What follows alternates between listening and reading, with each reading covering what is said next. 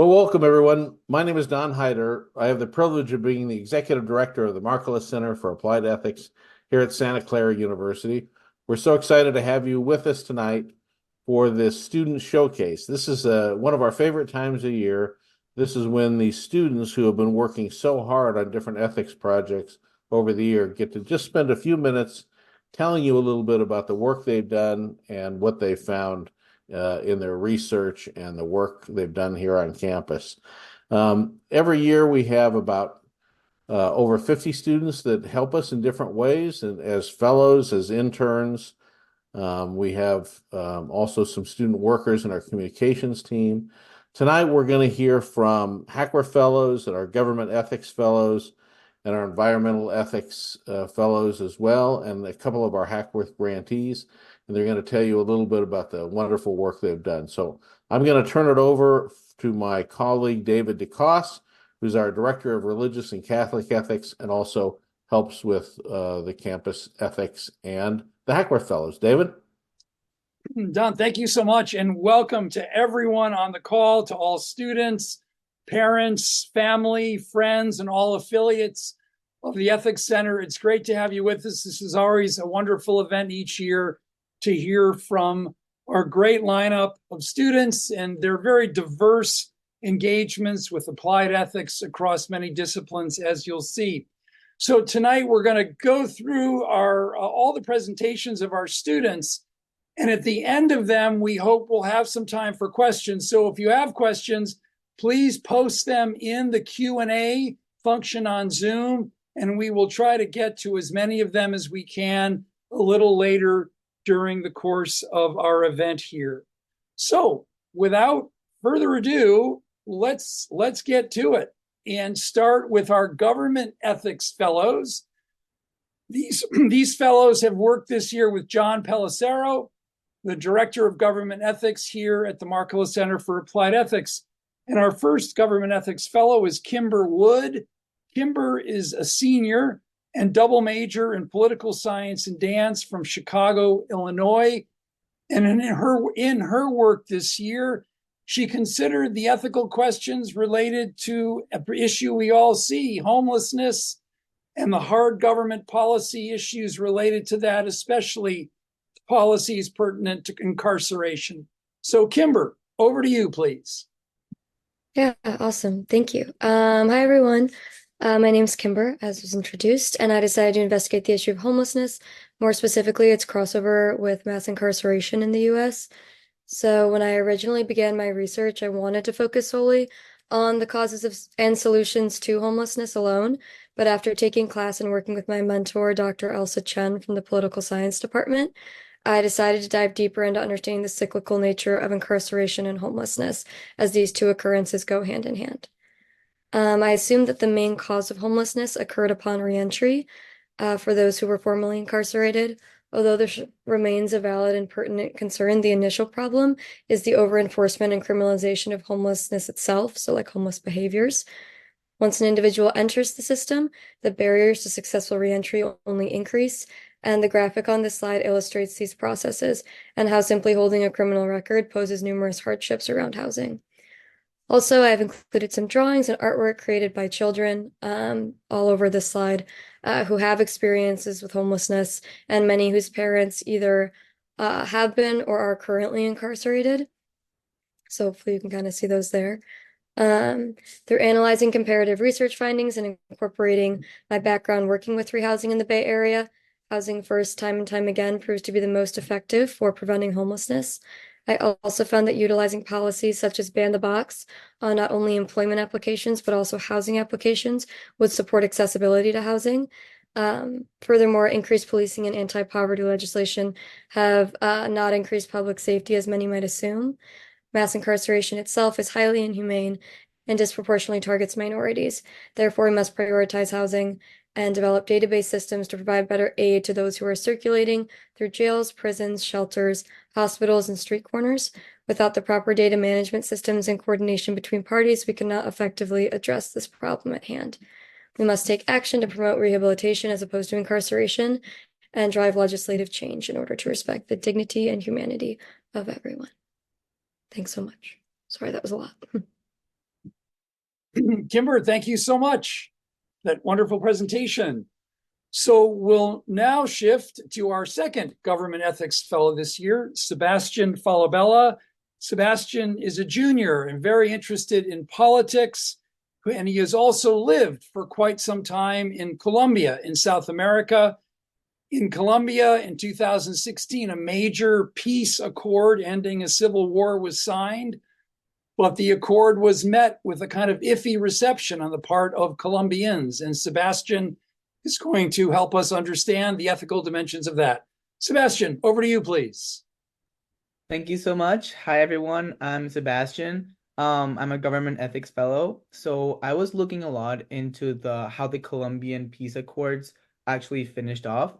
After decades of war between the Colombian public and a very big and very bad armed group, there was a very controversial peace process where it ended with a plebiscite, where the president asked the people if they did want peace or they did not want peace according to the accords. And at the end, it was a 50% did not want peace with those accords and 49% did. And nevertheless, although the government had promised the Colombian public to do what they wanted to do, they went ahead with the peace process, which has done a lot of things nowadays. So I want to talk a little bit about my investigation. I did this through a lot of interviews to people in different parts of society, some in very powerful positions. So what I found out was that the consensus is that the government did not adequately inform the public about the accords. People were not sure about what they were voting, what specific things they were agreeing to. Another important thing that I found out was that, well, obviously the government did not adhere to the public's opinion, although the president explicitly said that he was going to do it. And then finally, years after this process ended, there is a consensus that there is a major loss of confidence in the government. They do not trust the institutions or the politicians as they did before, which, as we know, is a very big issue. So, from an ethical point of view, I was looking at it through the justice point of view. Is it just that the government promises things to the people, but then doesn't go ahead and follow up? And then from a utilitarian point of view, what is the ethics of that? Is it for the better good, for the overall good? If the majority of the people did not want something to happen, is it still utilitarian or is it not utilitarian? So that was my project. I enjoyed it a lot. Thank you very much. Thank you so much, Sebastian. And if war is a terrible thing, to be sure, sometimes peace is a hard thing to actually achieve. And I think you've helpfully helped us understand that. So our next presenter, if we could switch the slide here. There we go. So from Colombia, we will go to El Salvador. And here, Daisy Halashian, a junior from Oahu in Hawaii, majoring in accounting and information systems at the Levy School of Business, is going to share with us the ethical dimension of the introduction of cryptocurrency in El Salvador. This year, Daisy, who received a Hackworth Research Grant, worked with Professor Gustavo Schwenkler in the Santa Clara University Finance Department. So Daisy, over to you. Hi, thank you for having me. In 2021, El Salvador took a bold step by making Bitcoin legal tender, driven by President Nayib Bukele's vision to address several pressing issues. This law has raised important ethical questions pertaining to equal access to financial instruments by the population. The government hoped to make it easier and cheaper to send remittance money, provide banking services to those who don't have them, and cut down on US dollar reliance. To achieve this, they rolled out Shivo, a digital wallet that allows people to send money in Bitcoin without paying fees for transactions. Users are able to deposit money into their Shivo accounts using either a credit or debit card or by using cash at a Shivo ATM. This was intended to make it easier for disadvantaged citizens to engage with the modern economy. However, many people in El Salvador have been hesitant to switch from the US dollar to Bitcoin because of its high price volatility. Despite government efforts, the ongoing use of Shivo has been underwhelming. many users stopped using the service entirely after spending their initial $30 government incentive.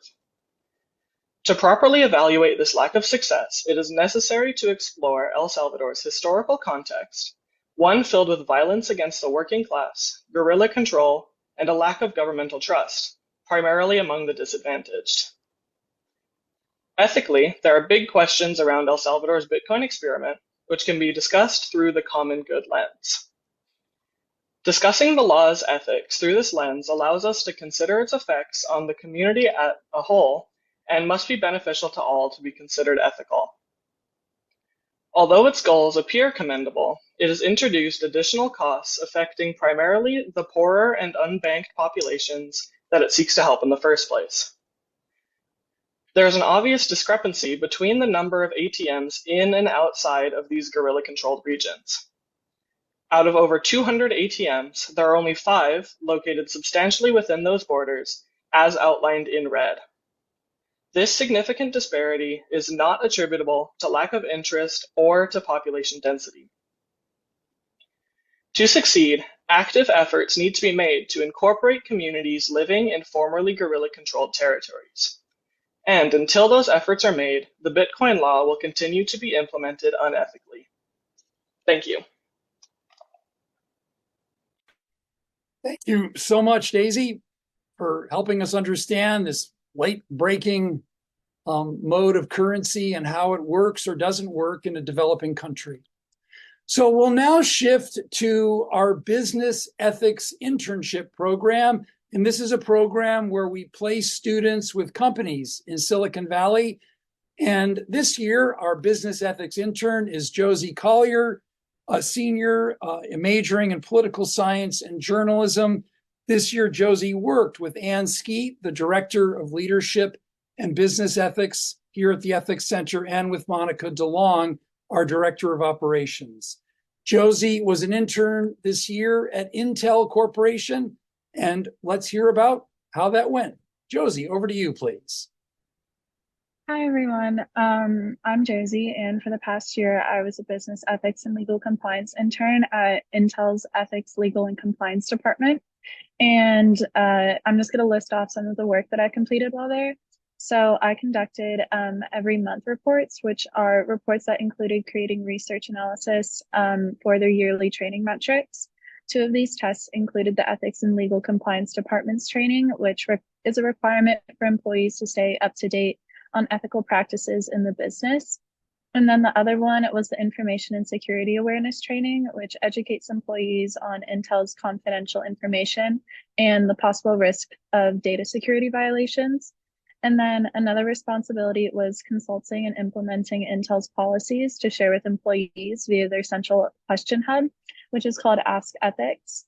And here I would contact employees in response to their queries that range from different conflict of interest, general legal, social media standards, anti-corruption, and insider trading questions. So my job would be to identify the correct policy and then generate a response to them to address their question. I also collaborated with different teams to produce the Global Ethics and Compliance Summit website. And there I was responsible for creating the main hub for their annual summit. And I also drafted memos, bios, and profiles on different ethics issues such as AI and the evolving role of CCOs in the field, which are Chief Compliance Officers. And then finally, I also conducted general research on different ethics and compliance metrics. Other research included some upcoming policies, legislation, and announcements from the Department of Justice, which will have a really big impact on the evolving role of CCOs in the future. And overall, a unique passion that I found in this role is viewing compliance as a form of advocacy. Valuing the importance of individual needs in the corporate world can be achieved through compliance to ensure that it isn't just a checkbox, but rather something that can be incorporated into a company's culture. And then in sum, my experience at Intel has really provided me with a unique understanding of the importance of compliance in the business world, which is frequently impacted by outside challenges such as AI and rising ethical, legal, and human rights standards. Thank you. Thank you so much, Josie.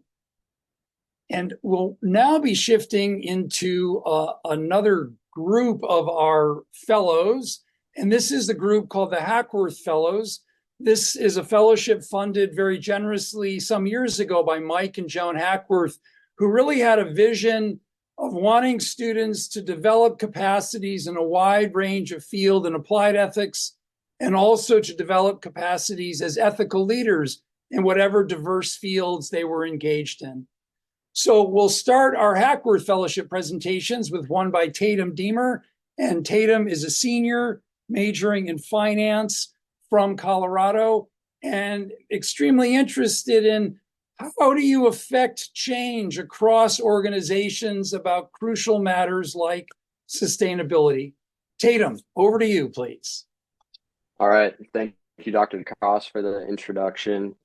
Yeah, so with my Hackworth opportunity this year, I thought I would seek to answer a question I think that myself and a lot of other students and people have had, which is related to who is responsible for the climate crisis. And I think at times this can kind of feel like it's sort of a mass bystander effect, and there's blame and responsibility being passed back and forth.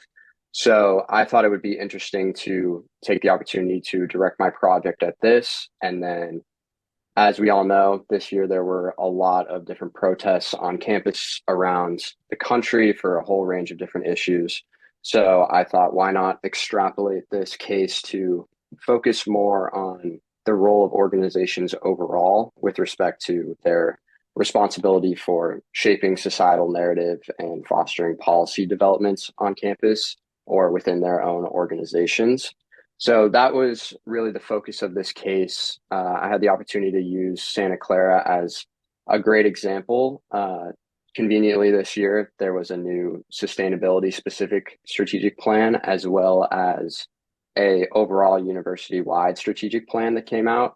So I had the great opportunity to unpack this and interview a whole range of different leaders on both sides of the table and really understand the key aspects that help them to not only design the plan, but overall implement it and put it into effect. And of course, these plans just came out recently in April of 2024, so they're still yet to be seen how they will develop. But overall, the result was a pretty extensive case study that focused on, like I said, the new sustainability procedures, as well as the strategic planning, and most importantly, the mission that drives the development of all of that behind the scenes. So the case is designed to be used by Santa Clara students to increase their understanding of how Santa Clara approaches cutting issues such as sustainability, and to learn more about the actions being taken by administrators behind the scene that push these narratives. And then additionally, this case is going to be used hopefully for other organizations looking to implement different strategies or benchmark their own strategies and come up with new ideas that can help them to identify better ways to go about how they approach things. So an image on the screen right now is just a sample structure of the implementation process present at Santa Clara, which is a huge takeaway of the case is just the level of consistency and mission throughout an organization and the role that that plays in developing effective plans for addressing societal movements and change across the organization. So thanks so much. I really appreciated the opportunity to work on this project, and a special thanks to Ansky for all of her help throughout this. She was instrumental in helping me design the project and approach it. So thank you. Thank you so much, Tatum. My apologies to my colleague, Anne, who worked with Tatum this year, for not mentioning her before. Anne is the Director of Leadership and Business Ethics here at the Ethics Center. Thank you so much, Tatum. All right, we'll go to our next Hackworth Fellow, Willa Weinsheimer. And Willa is a senior majoring in political science from Whidbey Island, Washington. I'm going to embarrass her by saying it's also her birthday today. And Willa is very interested in media, social media, and the way it kind of fosters intense emotions within us and how that all affects the way we make ethical judgments about what information we get.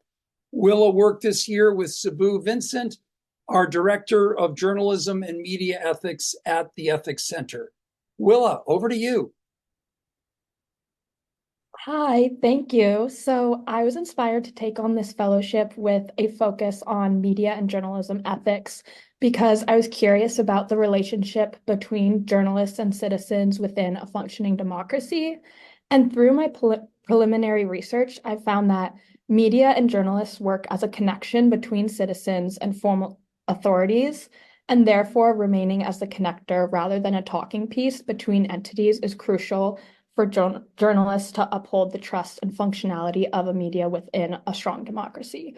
And based on this, my guiding question was, how does this normative role of the media square off against our fascination with crime and in turn impact attitudes around crime, entertainment, and how people view justice in America?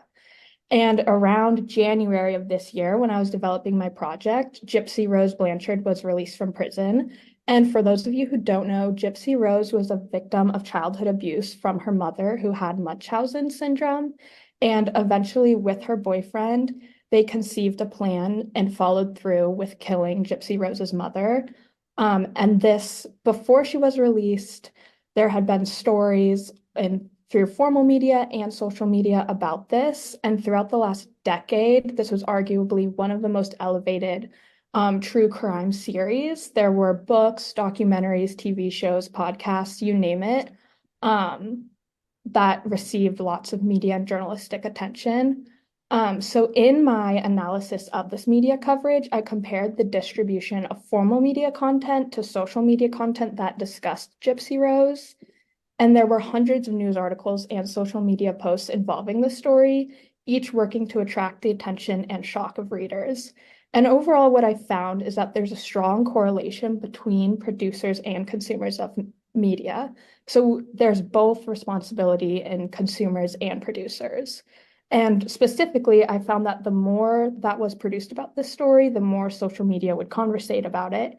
And then the longer that social media conversations would last, the longer formal media outlets would produce related content, no matter how repetitive. And additionally, as you can see, the more sensationalized news production became, the more emotional social media responses became, and vice versa. And I've concluded that news outlets respond to what we engage with because they rely on our engagement to stay functioning. So I invite you all to reflect on the stories you choose to read and consequently the news sources you support and how you are contributing to the conversations that proceed. So thank you, Dr. DeCoste and Subu Vincent and all the other Hackworth Fellows. I've had a great time this year. Thank you so much, Willa. And we will now shift to another Hackworth Fellow, Francis Lai. Francis is a public health major and biology minor from Cupertino, California. One way of thinking of Francis's important project is it's about some of the hard ethical complexities that might arise even pretty quickly on a night out while in college. So, Francis, over to you, please.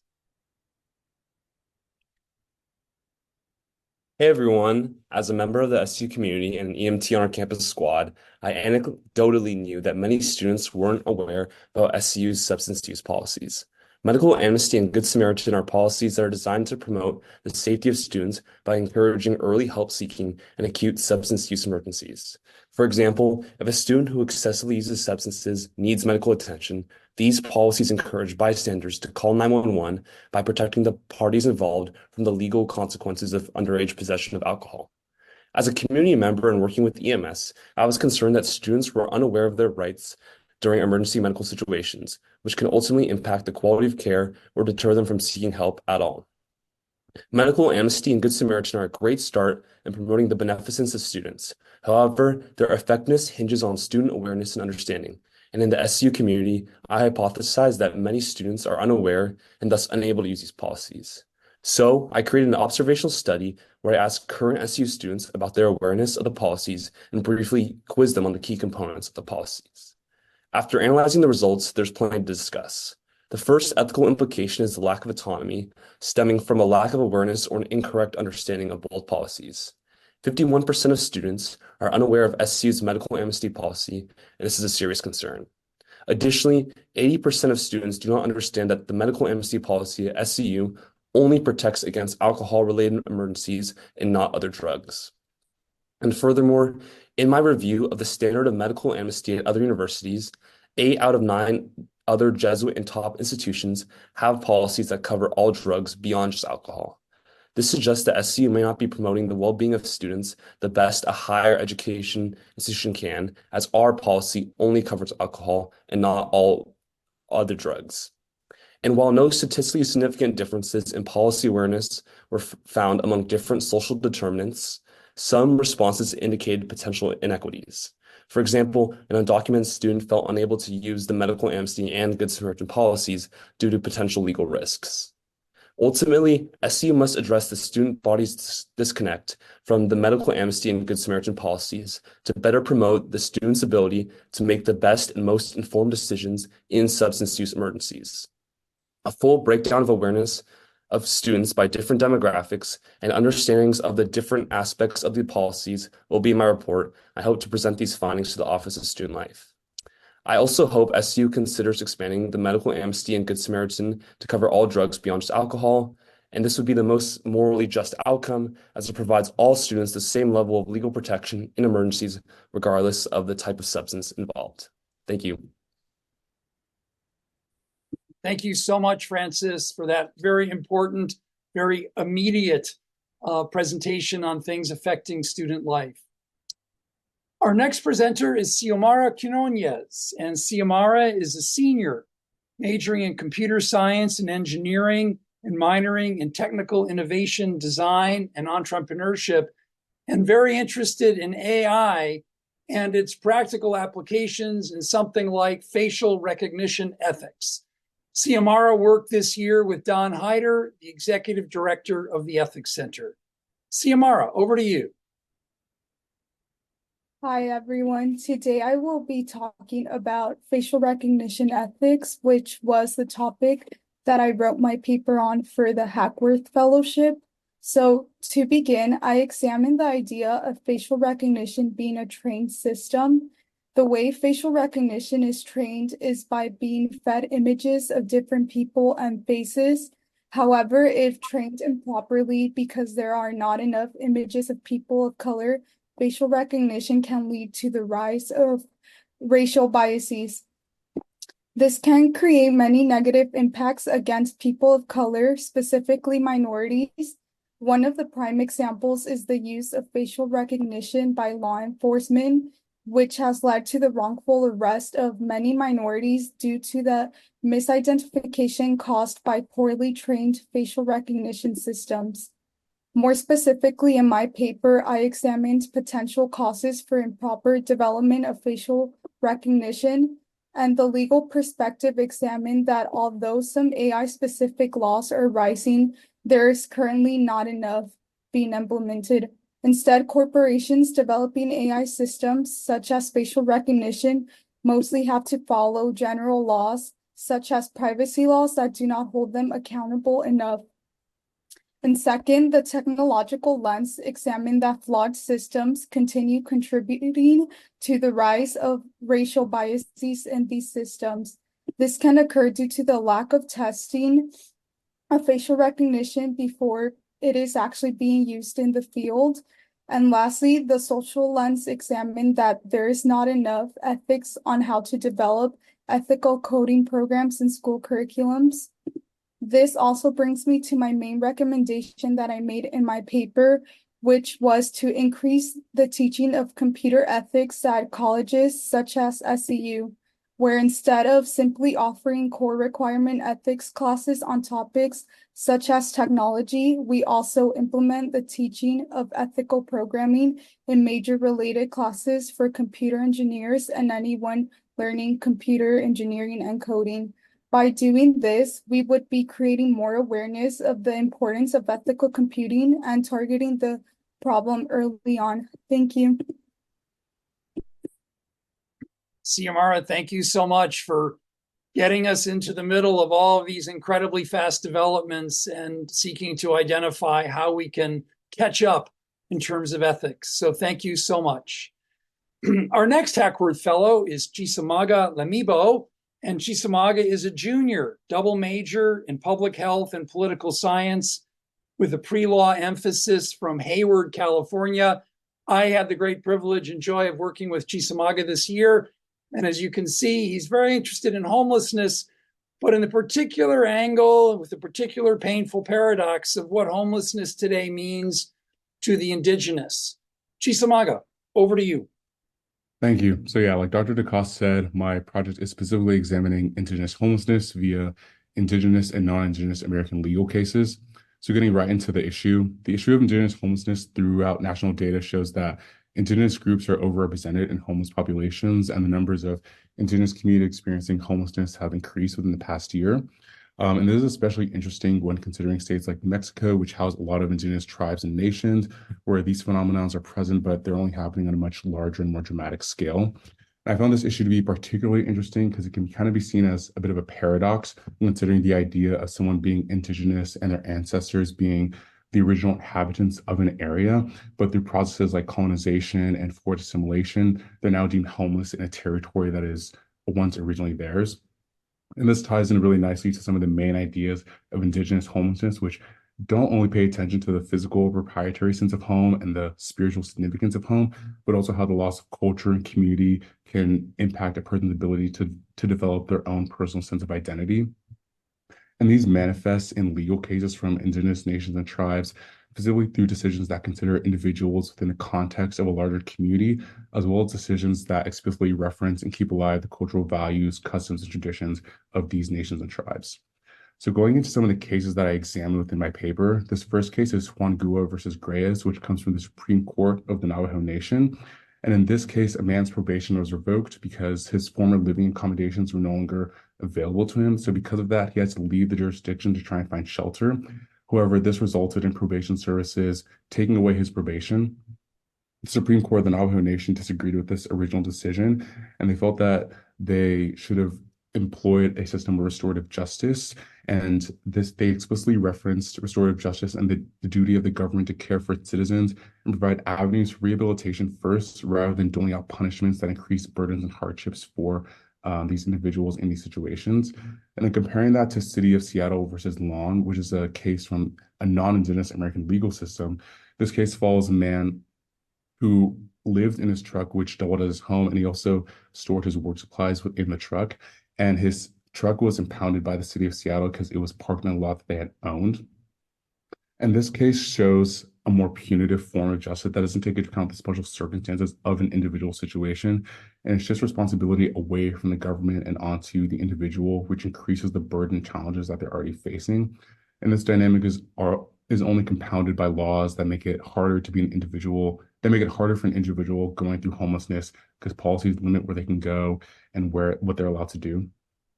So in conclusion, through my research, I found that non-indigenous American cases reflect the values of individualism present within American culture, where individuals are responsible for themselves and the situation they find themselves in. However, indigenous cases reflect the need to keep community and culture alive within a society that has previously oppressed it throughout history. And part of this means taking a more holistic approach towards remedying homelessness and ensuring that laws and policies help individuals and overall communities thrive and flourish within modern times. Thank you. Thank you so much, Chisamaga. And our next presenter will be continuing on this theme of homelessness. And Kinsey Hall is a senior economics major from Boulder, Colorado. I had the great joy and pleasure also of working this year with Kinsey. And over to you, Kinsey. Hi, so thank you, David, for that introduction. My name is Kinsey, and my Hackworth Fellowship was investigating the ethics of homelessness. So in my project, I asked the question, do cities have the right to criminalize homelessness, and examine how we can utilize ethical frameworks to move beyond reflexive reactions towards more nuanced and ethically informed responses to this challenge. So this question is crucial today as rising rates of unsheltered homelessness bring visible encampments into our daily lives. The federal Ninth Circuit Court of Appeals set the precedent for this question in a 2009 lawsuit against the city of Boise, Idaho, ruling that cities cannot enforce anti-camping ordinances if they lack enough available homeless shelter beds, citing the Eighth Amendment's prohibition against punishing involuntary acts or conditions. Recently, the Supreme Court has heard oral arguments for Grants Pass v. Johnson, a case where homeless individuals argue that ordinances punishing them for sleeping in public in a city with no public shelters criminalizes their very existence.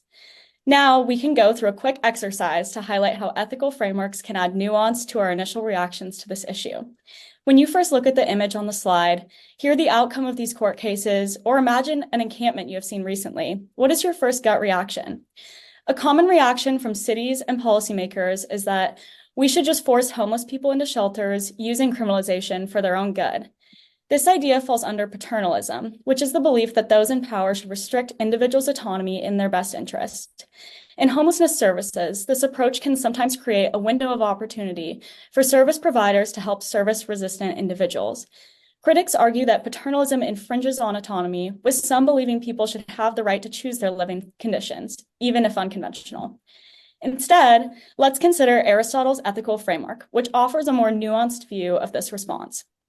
Aristotle's theory of justice means giving people what they deserve, focusing on their greater purpose, known as their telos.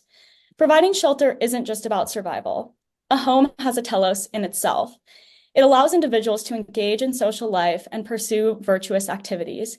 Ensuring safe shelter helps individuals realize their full potential, thus supporting well-being and autonomy, which raises the question, is it so controversial to say that a person has a purpose to develop into a happy, just, and social being, and that having a safe place to shelter and a roof over their head is conducive to that purpose? This exercise shows how ethical frameworks can complexify our initial reactions. My paper uses 2 case studies to illustrate this. One example is a mayor in Portland, Maine, whose paternalistic approach to clearing encampments can be expanded through Aristotle's ethics. Another example is San Jose Mayor Matt Mahan's initiative to build tiny homes for the unsheltered, demonstrating how a utilitarian approach can be enriched by preference satisfaction and John Stuart Mill's philosophy. You can read more about these ideas in my paper, which will be posted on the Markkula Center website. I want to thank Dr. DeCosse for his mentorship throughout this project. Thank you so much to all the Hackworth Fellows. Thank you so much, Kinsey. So we will now go to our next group of Hackworth Fellows, and this is a team, Sparsh Garg and Ben Shiverdaker, both from San Jose, California. Sparsh is a computer science and finance double major, and Ben is a major in general engineering and a minor in physics. They work this year with Dr. Brian Green, and they also work with a former Hackworth Fellow, Jocelyn Tan, Hackworth Fellow in 2015. Jocelyn started a company called Sisu VR, and Ben and Sparsh work this year on developing a VR case pertaining to ethics. So Ben and Sparsh, over to you.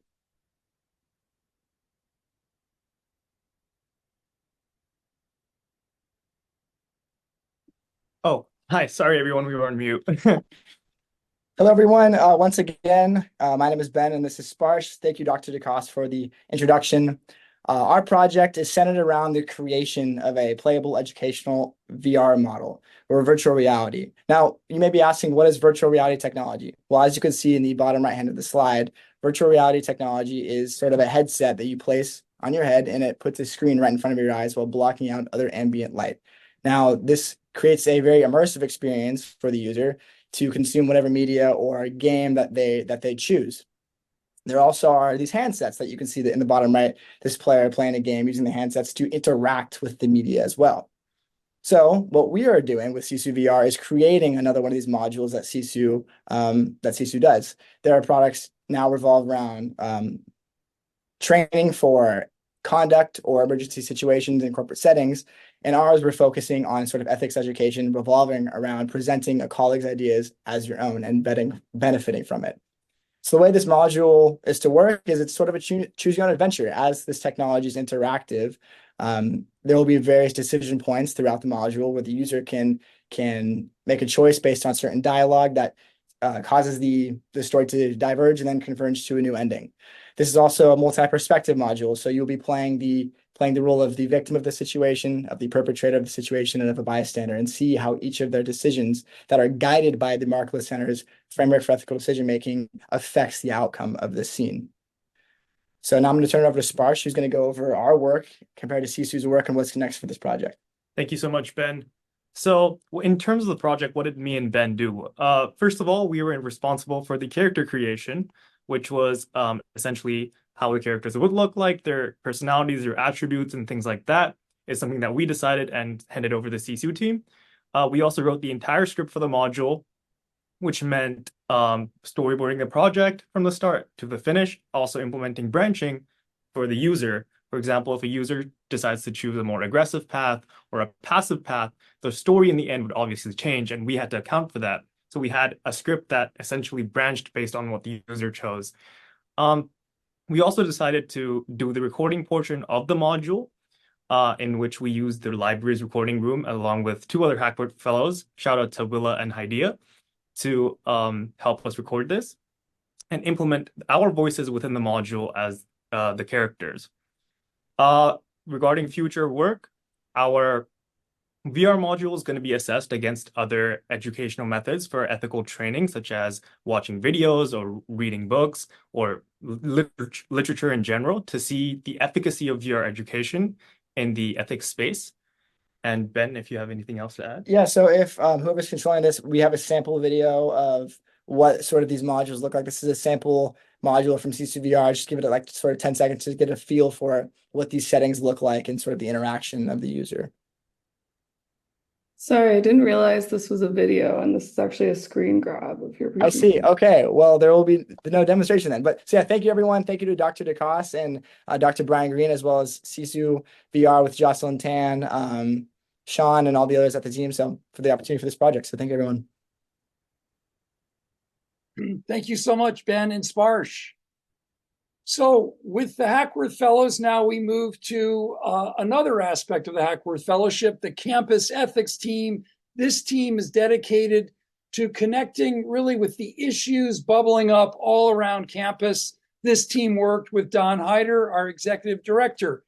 This illustrious team included Armando Abarca, who is a finance major who grew up in Los Baños, California, Kendall Schroe, a philosophy major from Riverside, Connecticut, Haidia Weisinger, a junior from Houston, Texas, majoring in psychology and public health, Blaze Burbank, a senior majoring in religious studies and sociology from Memphis, Tennessee, and Isabella Reyes, a neuroscience major and biology minor from Orange County, California. We'll have a number of slides here as the team leads us through their work this year.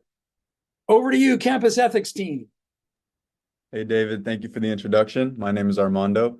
So we've been meeting, and during these meetings, they've served as incubators to address any ethical dilemmas that we've identified on campus. And throughout this, we've recognized that there's a need for stronger connections in general at SU among the students at campus.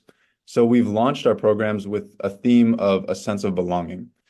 Through this, we've aimed to cultivate inclusive environments where members of the community can come together and experience opportunities that create deeper connections. So throughout the quarter, we've engaged in multiple projects on this topic of inclusion. So to get us started and showcase what we've done, Izzy's going to take over with her work on disability ethics.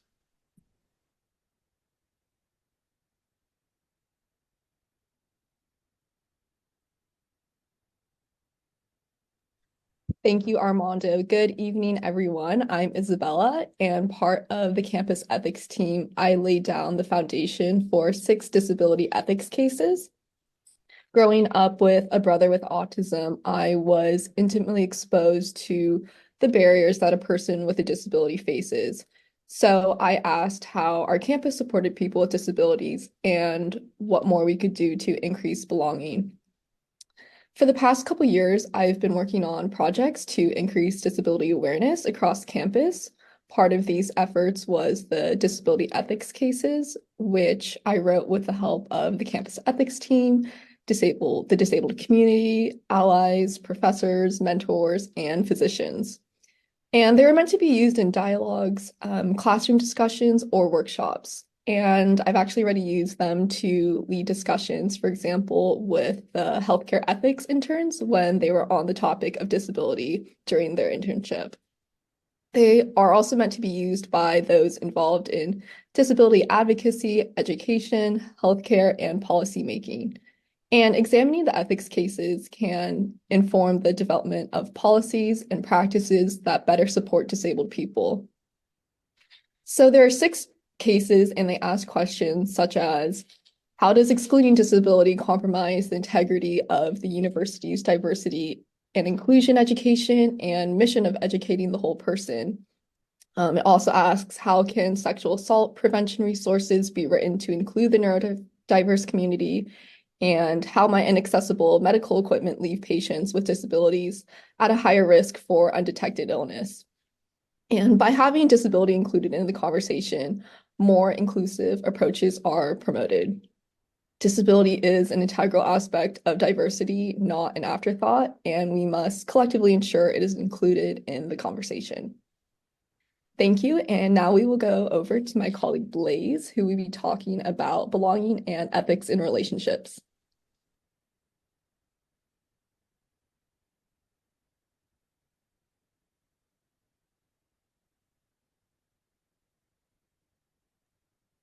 Hello, my name is Blaze Burbank. For my project, I wanted to focus on relationship and dating ethics. When thinking of an ethical dilemma that affects SCU students, I first thought of the misconceptions entrenched in college dating culture. In a world saturated with social media and dating apps, it seems to me that the word relationship has lost a universal meaning, especially in college. To fill this ambiguous space, I decided to host 2 events, a speed dating event and an educational panel.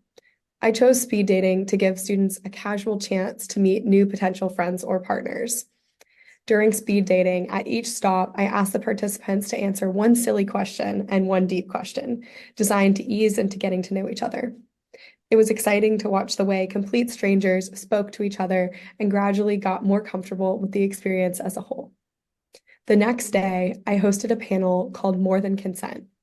My 3 panelists were Dr. Karen Peterson-Iyer from the Religious Studies Department, Dr. Melissa Brown from the Communications Department, and Dr. Kieran Sullivan from the Psychology Department. The discussion delved into questions of identity and reciprocity, as well as how to responsibly navigate dating apps. Throughout the conversation, the panelists returned to themes of mutual respect, friendship, and intention. The first important takeaway from the panel is the reminder that every relationship is not meant to last forever, but these relationships can still be valuable learning experiences for one to learn about themselves. Second, we ended the panel with Dr. Brown's recommendation to treat every person, potential romantic partner or not, with the care and consideration of a friendship. From these 2 events, I learned more about the importance of including ethics when speaking about relationship building, and hopefully offered a chance to the SCU community to build those relationships. On that note, I would like to turn it over to Kendall and Haidia to speak on the Sense of Belonging podcast.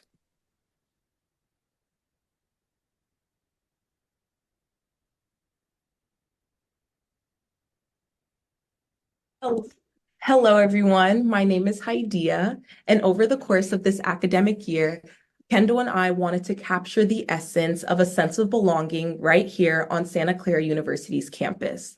We decided that the best way to conceptualize this term and/or feeling would be by hearing from living, breathing Santa Clara University students, faculty, staff, and community members. Hello, everyone. I'm Kendall. So yeah, because of this, Heidi and I thought it would be best to create a podcast where we could give people these voices. And some of the fundamental questions that we wanted to answer through this podcast were, what does the sense of belonging mean to you? Does it come within? And are there certain things you can do within your life that to make you feel like you belong more? And lastly, what can institutions of knowledge production do to ensure their students feel like they belong on campus? And by doing this, we wanted to ensure that we interviewed people with diverse backgrounds and stories. We particularly wanted to shed light on the stories of college students that don't often get told / aren't necessarily highlighted on a day-to-day basis. So our participants that we have interviewed thus far or have scheduled interviews for were as followed. 2 of the interviewees were women and 2 were men. 3 were transfer students. 2 were commuter students, 2 were first-generation college students, 1 was a student veteran, 1 was a community facilitator in the residence halls, and 1 was an on-campus resident student. With this, that was made up the SCU community, and we also had the opportunity to interview a sociologist, and scheduled we also have a learning and leadership professional as well as the director of the Wellness Center. Yeah, so Heidi and I have had the privilege to meet and talk with a lot of amazing people over the span of the last few weeks. And I think honestly, we wish we could do this further and longer on. But here are some of the things that we learned through this journey. First of all, is to be inclusive to people outside your immediate community.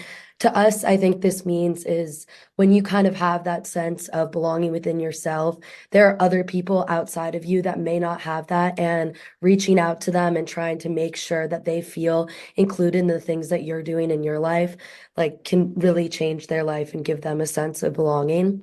The second thing we learn is if it doesn't exist, create it yourself. I think a lot of times when people are on a campus, they can look and kind of see something that they wish that was there, but it wasn't there. And if you feel like you have that feeling, try to work up the courage to create that thing for yourself and for the other people that may have that similar feeling of wanting to have something that exists that doesn't. The third thing is it's okay if you don't belong. I think this is an important one because when we are talking about a sense of belonging, it may give the impression that we feel like everyone has to have this sense of belonging. And that's not the point we're trying to make here. It's okay if you don't feel like you belong in college. Everyone is going to have a different experience. We're just here to try to provide resources to give people a better opportunity to have that experience. Another thing is just say yes to everything, try everything, explore your campus, try to meet new people, go to a new club, do your best to give yourself the opportunity to meet new people and try new things. And although social media has a variety of benefits, we learned from the sociologist that it is important to acknowledge some of the harmful effects of social media, especially in the context of the COVID-19 pandemic. She stated during our interview that social media actually made young people feel comfortable with the feeling of alienation. And since it was so accessible to connect with people online, people began feeling comfortable not having to interact with others in person, making it difficult to translate social skills to an in-person landscape. So essentially, in a post-pandemic era, students had to relearn and regain their social skills that were once present in a pre-pandemic world. Most importantly, we learned that no matter what TV shows, movies, or media depicts as the ideal college experience, a true college experience is one that each student makes of it, and it is individually and uniquely one's own. If you'd like to listen to our podcast, please scan the QR code here. And on behalf of the campus ethics team, we would like to thank Dawn, David, everyone at the Markkula Center, and the rest of the Hackworth Fellowship team for all of your help and guidance. All in all, we hope that as campus ethics team, that we help to increase a sense of belonging and foster inclusive community for all. Thank you. Thank you. Thank you so much, Haidia, Kendall, Armando, Isabella, and Blaze, and the great campus team this year. So we're now going to shift to another Hackworth Fellow, Laura Clark, who did a lot of work herself on campus. Laura is a double major in philosophy and religious studies from Durango, Colorado, and is very interested also in AI, especially in its dimensions as it intersects with the meaning of what it means to be human, what it means to have intelligence, what it means to love. So Laura, over to you, please. Hello, and thank you. So after taking classes on technology ethics and witnessing the increase in interest in artificial intelligence, I decided to delve into problems related to AI, human dignity, and human flourishing. I used my love of event planning and an interest in AI to host 3 on-campus events to prompt discussion between students, faculty, and staff, and make knowledge about AI more accessible. The first event was titled, "What Does It Mean to Be Human in the Time of AI?" I was particularly interested in religious viewpoints on AI's impact on our understanding of human flourishing. One of the takeaways was rather than seeing the technology as bad in and of itself, we must consider how we're applying these technologies. Also, to live a fully human life in the time of artificial intelligence, we must recognize, prioritize, and safeguard human relationality and our capacity for love of one another. The second event was called Are You Smarter Than ChatGPT, which was an interactive event and considered what are ChatGPT's capabilities and can humans match them? I prompted ChatGPT to provide a response about diversity on college campuses, ethics of abortion, and whether ChatGPT should be used in the classroom. And the audience and myself learned that it may be more difficult than one may initially realize to differentiate between human and ChatGPT written responses. But especially regarding the prompt on abortion, audience members emphasized how humans have their own way in, their own perspective on ethical issues, and we should appreciate this. We discussed the ethical issues of moral de-skilling and AI hallucinations. And we additionally discussed how the introduction of AI into the educational landscape forces a tension between students and faculty that must be addressed. The last event, called Too Bot to Handle, a panel on AI, love, and relationships, examined new questions concerning love, relationships, and romance in an AI landscape. Some ethical considerations that were mentioned included deception, corporate exploitation, boyfriend and girlfriend apps, and relationship ethics. The panelists highlighted how Silicon Valley's fast-paced and profit-driven nature comes into conflict with many relational values such as mutuality and care. I additionally wrote a paper called Humanity in the Driver's Seat, AI as Assisting or Limiting, which looks into how fear of AI is not new, but can be seen in the reaction to the printing press and the internet as well. This fear of AI and the optimism of Silicon Valley, I argued, impact AI technologies as technologies are not value neutral, but are shaped by their social location. I discussed AI's capacity to assist or limit humanity in the context of higher education, but ultimately I argued that AI can assist or limit humanity, but it is up to us to shape the technology so that it has a positive result. Overall, I found that it's important to consider how AI, whether in the form of large language models, algorithms, or bots, might impact our understanding of what it means to be human, how we interact with each other, and that technologies shape our ethical decision-making. I would like to thank my mentor, Dr. Green, for his intentional guidance and mentorship. Thank you. Thank you so much, Laura. And we are now going to shift to space, literally here, with a presentation by Justin Sun. And Justin is a senior majoring in electrical engineering, engineering physics, math, and computer science. He worked this year with Dr. Green as well, and Dr. Green is the author of a book called Space Ethics. And as we'll hear from Justin, space certainly includes stars and planets and more, but even in the faraway regions of space, ethics matters a lot. So Justin, over to you, please. Thank you, Dr. DeCosse, and good evening, everyone. My name is Justin.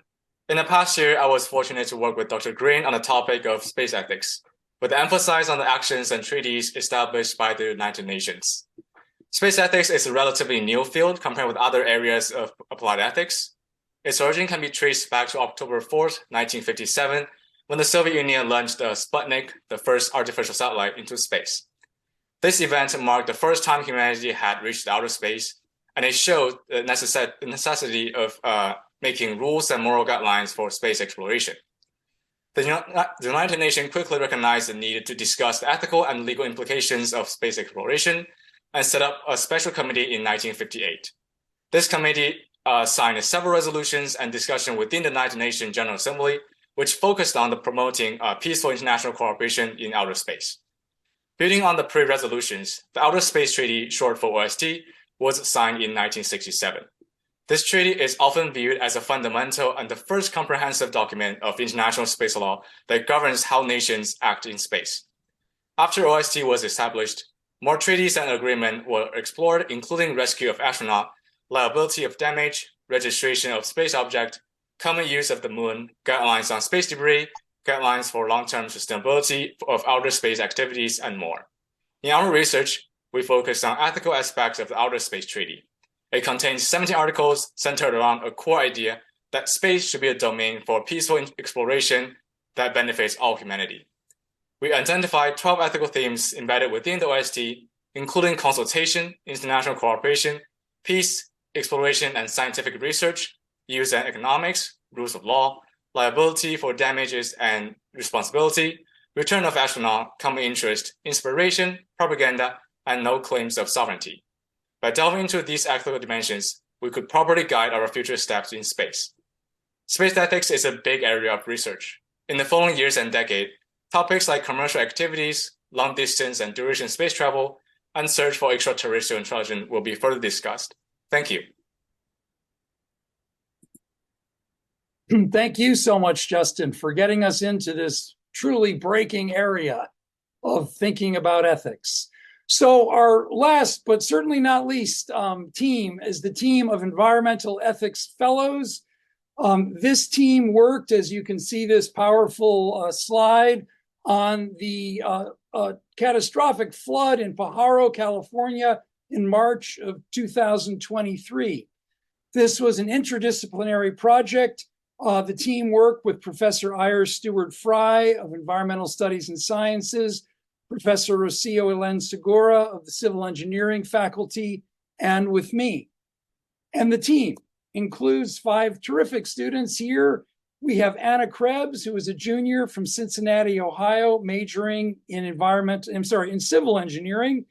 Karina Martin, a junior from Pasadena, California, also majoring in civil engineering. Tatum Petty, a senior environmental science major and double minor in biology and sustainability from Darien, Connecticut. Emma Young, a senior environmental studies and philosophy double major.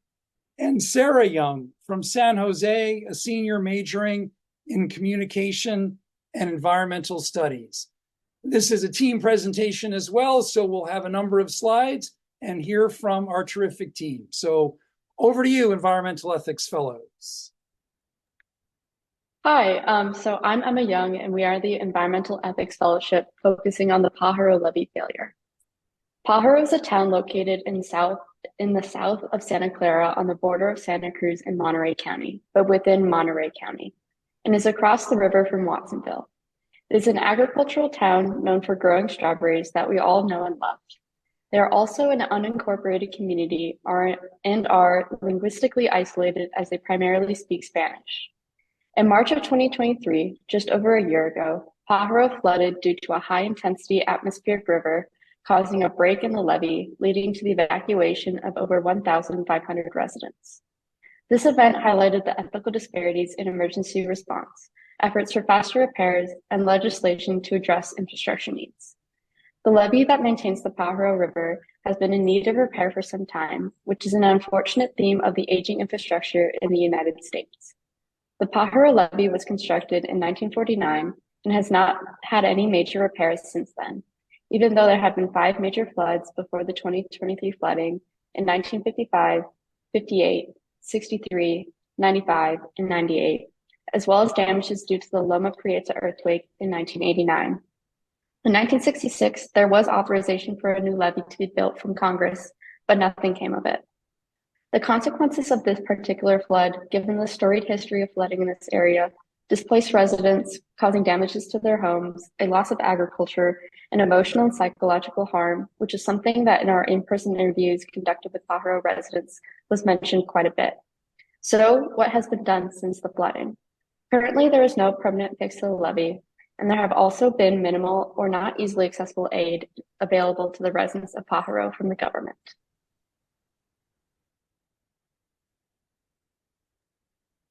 Hi, I'm Sarah, and I'll be talking about the environmental justice aspect of our project. As stated earlier, our main objective is to examine the ethical dimensions of the Pajaro levee failure. At its core, this event is more than a natural disaster and serves as a case study for larger issues of flood justice and environmental justice.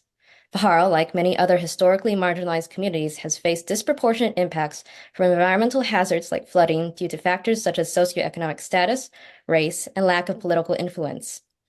Their very status as an unincorporated community has meant a lack of representation and adequate consideration of their needs. This inequity in decision-making, in turn, can prove fatal, as one of the greatest determinants of flood-induced mortality is inequity and the concentration of flood protection among the wealthy. Furthermore, compounding this issue is the fact that Pajaro residents live in linguistic isolation, with the majority of residents speaking primarily Spanish or Mixteco. This language barrier can limit the level of influence they have over policymakers and can result in issues with relaying and conveying key information between the community and authorities in crucial moments. Overall, we're living in a time where risk is being reassessed and environmental justice is factoring in the increased vulnerability caused by climate change, economic inequity, procedural justice, and how these elements and more intersect with one another. Marginalized communities living alongside levees and the risk they receive must be understood on a deeper level, as rising sea levels, among other factors, endanger their right to thrive.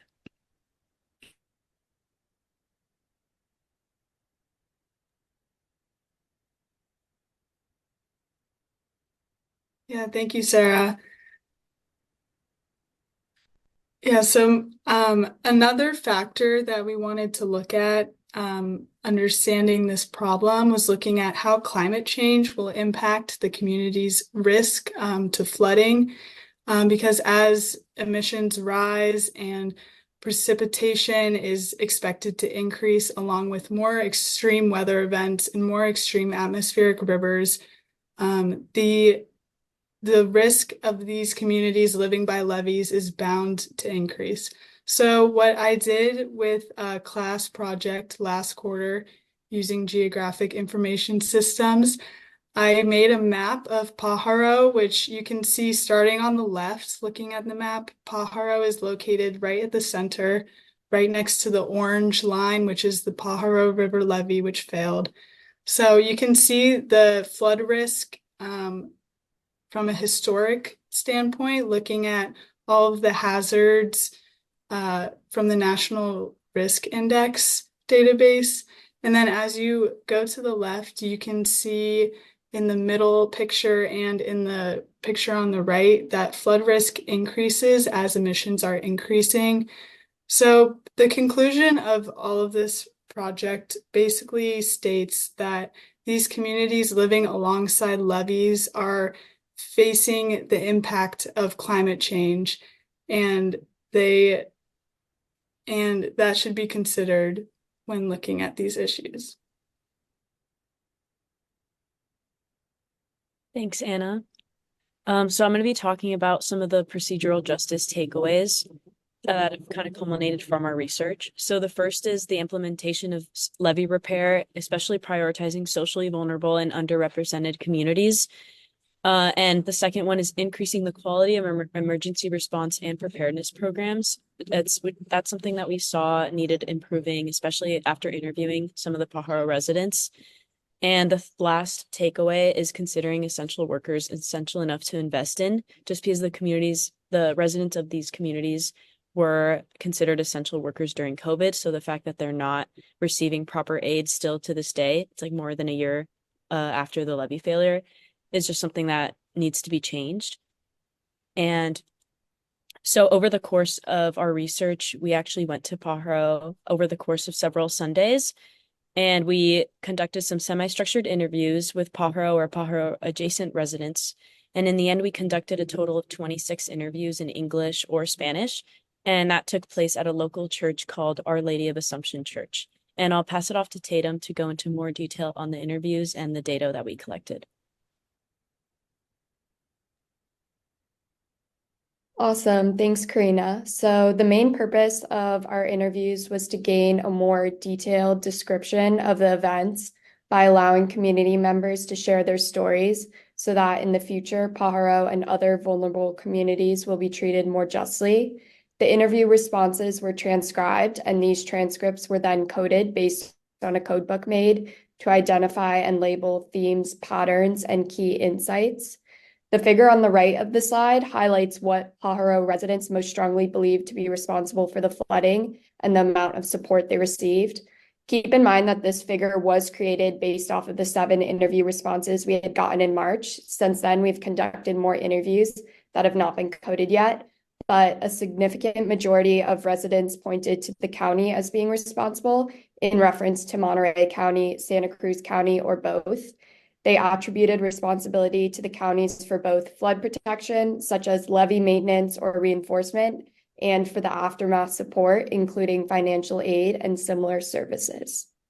Our interviews revealed that at least 4 out of the 7 residents we spoke with viewed the situation in Pajaro as a joint issue between Monterey County and Santa Cruz County. This shared responsibility underscores the need for coordinated efforts in managing flood protection and disaster response. Despite this clear attribution of responsibility, the support received from the government was notably no. This gap highlights a crucial issue. Government support needs to be more effective and responsive to meet the community's needs. And to close out our presentation, a Pajaro resident expressed a powerful message. I hope that in the future, not only with this community, but where there are communities with scarce resources, that they don't get carried away by the money and that they see a human person because we are all human. Thank you. Thank you so much, Emma, Sarah, Tatum, Karina, and Anna. And I can't really think of a better way to end all of our terrific student presentations today than with that quotation, that they see a human person because we are all humans. That is surely the basis of all of the ethics we want to do and try to do here. So I don't know if there are any questions that are on people's minds and hearts right now. If you want to pose them into the chat box, into the Q&A box, or if not, we've had a wonderfully rich bunch of presentations here, and we can declare victory and call it a night. I'm going to declare victory and call it a night. So with that, I'm going to go back. Oh, I see we do have a question here. So sorry. Oh, we've got a comment. This was a fantastic showcase. Thank you, fellows and faculty. Thank you so much for that comment. And I could not agree more. All right. So I'm going to go over to Don Hyder, our executive director, to close us out. Don, please. Well, just thanks to all our great fellows and interns. Wonderful job. You can just see from the scope of the work, really remarkable stuff this year. And so appreciative also to our staff and to all the faculty around SCU who also spend a lot of hours mentoring and helping and assisting these students. Although, if you're like me, it's a joy doing, and especially when you see the results of their hard work. So thanks again for joining us. And if for those of you who are students and you know students who are interested in the Hackworth Fellow, we're open for nominations right now. So let them know about what a great experience you had. And for those of you graduating, we have an alumni group for the Hackworth and anyone associated with the Markkula Center. So we can let you know more about that so you can find out about alumni events in the future. Thanks, everybody, and have a great night. Thanks.